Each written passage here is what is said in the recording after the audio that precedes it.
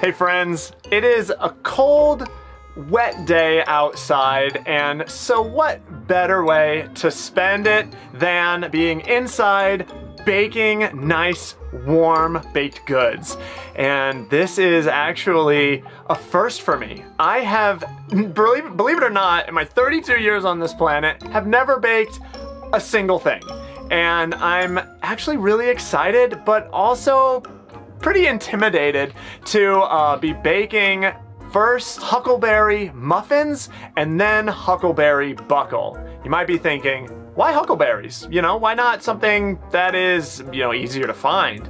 And the reason is because we're currently camped up on top of a mountain in the Cascades of Washington State. We're in the National Forest here, and there are huckleberries all around us. There's just so many huckleberry bushes, and they are perfectly ripe right now. They're just so delicious, and Ro and I have gone out and picked a whole bunch for these two recipes, as well as maybe a little extra for some smoothies. And our dog Sweetie has come with us as well, and through watching us forage these berries, she's thought to herself, wait, this is where the delicious berries come from. These bushes? And she'll just munch on them too. She's figured out how to forage for herself.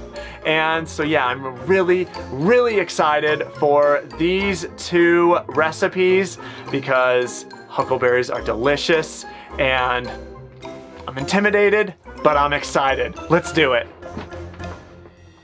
The name huckleberry comes from early American colonists misidentifying the berry native to America as the European blueberry known as a hurtleberry. It was called this until around 1670 when the name was corrupted to huckleberry. Huckleberries are very common in the mountainous forests of the Pacific Northwest, and the red variant can be found at lower elevations. Interestingly enough, attempts to farm and cultivate huckleberries from seeds have failed, with plants not fruiting, so the only way to get them is to pick them wild. Northwest tribes made special combs of wood or salmon backbones to quickly strip this dietary staple off the bushes. They then dried the berries in the sun or smoked them and mashed them into cakes and wrapped these in leaves or bark for storage.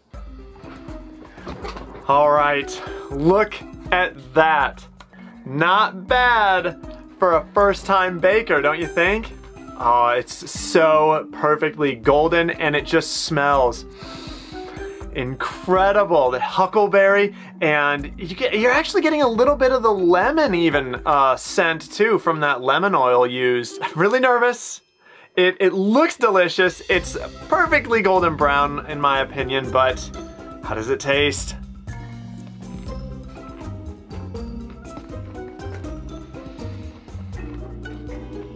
Oh. Wow. It is perfect. It is absolutely perfect. This is my first time baking anything. We used wild huckleberries that we picked ourselves, and it just tastes so delicious. Wow. It's perfectly moist. It's not burnt anywhere. It's just the perfect muffin texture. This is incredible. And yeah, I can definitely taste, there's just a bare hint of that lemon oil, and I'm really glad I got it. The recipe calls it out, but it was so hard to find, and I actually couldn't find the same lemon oil called out in the recipe. You know, it even gives you like the exact brand of lemon oil to get. I found it on Amazon, and I'll put a link in the description below for you guys to check out so you can order it. But you know, we're on the road traveling, so I don't really have anywhere convenient to be able to order that and have it sent to, but I was able to go to a craft store, a Michael's, and find this like lemon concentrate, and it's 4 times stronger than a typical oil. And so I used, the recipe called for 1 teaspoon, I believe, of lemon oil, so I only used 1/4 teaspoon in this, and it's perfect. Now, I'm not just, patting myself on the back here. I'm being for real. This is one of the best muffins I've ever had in my life. This recipe is incredible. If you guys like baking, if you're into muffins, wait, who isn't into muffins? But if you like baking, or heck, even if you don't and you've never baked anything and you want to give it a try, like I said, this is my first time, just do it. bake these muffins. They're so good. And if you can't source huckleberries, you know, if you don't have any wild huckleberries growing where you're at, then you can substitute blueberries and it'll taste pretty similar. Blueberries, huckleberries, I'm pretty sure they're in the same family. Without question. Member of the Clean Plate Club, this is a 10 out of 10. One of the best muffins I've ever had in my life, and I can't stress that enough. It's so delicious. Oh, wow. This was this good? Then I'm getting really excited for what's going to end up being the second thing that I've ever baked. Huckleberry buckle is apparently called buckle because while it bakes, the batter rises. But the berries and crumb topping weighs it down. This causes the surface of the cake to buckle as the batter pushes through to the top. Huckleberry buckle is a well-loved, old-fashioned comfort food with a long history dating back to colonial times. American settlers created this form of cobbler as a way to utilize seasonal fruit. As a traditionally summer dessert, buckle can be baked with any summer fruit in it, such as strawberries, raspberries, peaches, or blueberries. An apple or pear buckle during a fall festival is delicious too. And the secret to a good buckle? Do not skimp on the fruit.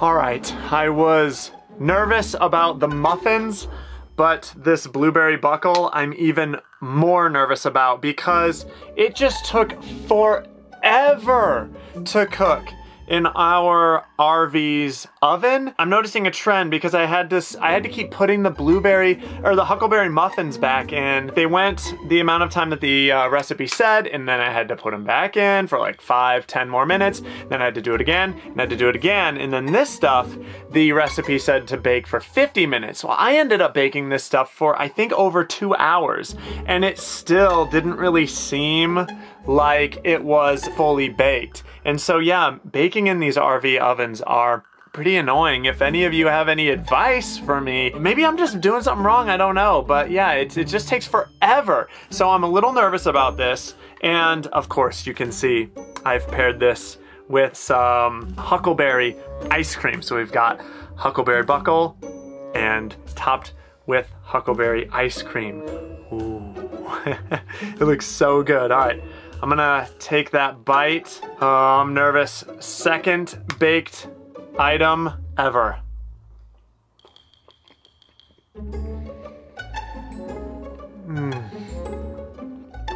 It's so good. It's that sugar that goes on top is very clearly caramelized. It's a little chewy and it actually tastes a lot like caramel. The huckleberries come in so strong. I mean, they're just so thick. You know, look at that. Those huckleberries are so thick on top. It's so extremely sweet too. Huckleberries themselves are already extraordinarily sweet. And then the recipe just called for so much sugar. You just piled it on there. And then of course the ice cream, that's sugary too. This is a very, very sugary dessert. The huckleberry ice cream goes perfect with it too. I don't think it really makes sense to eat this any other way. Look at that. That is very cakey. It did bake all the way through. Okay, awesome. It just took a long time. This end here you can see is really solidified, and it is actually the sugar sort of pooled at the corners, and it just it's just fully caramelized, that sugar. One thing I did notice about this as soon as I pulled it out of the oven is that the batter didn't buckle through the top layer of huckleberries, like huckleberry, blueberry, any of those type of fruit buckle baking baked goods are supposed to. And I think it's because actually the recipe calls out for a 9-inch square baking pan, and we actually only have an 8-inch square one. And so I think the top layer was actually just too thick for the batter to rise up through it and give it that like classic buckle look. And that was another one of the things I was a little afraid of, but we didn't have the right baking sheet size, and I just thought, yeah, we're just gonna give it a try, see what happens, because we just don't have room for all these different types and sizes of baking pans and stuff. So it's good to know that if you're only off by 1 inch on each side, it still works. Maybe maybe that's what took so long to bake it though. What'd you think, Ro? Well, how's it taste? Well, it tastes magnificent. Yeah, I agree. This turned out really well. I love huckleberries, though. Just going out and picking them. Sweetie loves huckleberries, too. Another member of the Clean Plate Club, obviously. Obviously, it's so good. Man, we're 4 for 4 now on just delicious recipes. First time baking anything, I mean, other than pizza rolls. I've turned the oven on, I've preheated it, and then just like put in like pre-made meals and just, it's not really baking, it's just sort of warming up. You know, like pizza rolls or like frozen pizza or anything. This is my first time like actually baking from scratch. Both times they turned out awesome. I'm super stoked. We've got 2 delicious recipes now for desserts. And again, if you don't have any huckleberries by you, then you can always substitute blueberries in. Of course, both of these recipes are gonna be down in the video description below. So if you guys want to bake these, have some awesome, delicious desserts for yourself, then, you know, you can get those recipes, the ingredients list, the directions, everything, and make them for yourself. Did you just burn? I did. But that's all for this video. I really hope you liked it. And again, I'm still learning how to cook and bake and all these things. I'm not a professional at all. So if you have any advice on how you would improve either of these dishes, maybe through flavor or just technique of preparing or baking or any of that stuff, please leave those comments down in the comment section so that I and anyone else that wants to give these recipes a try can learn from that. But I'll see you in the next video. Bye!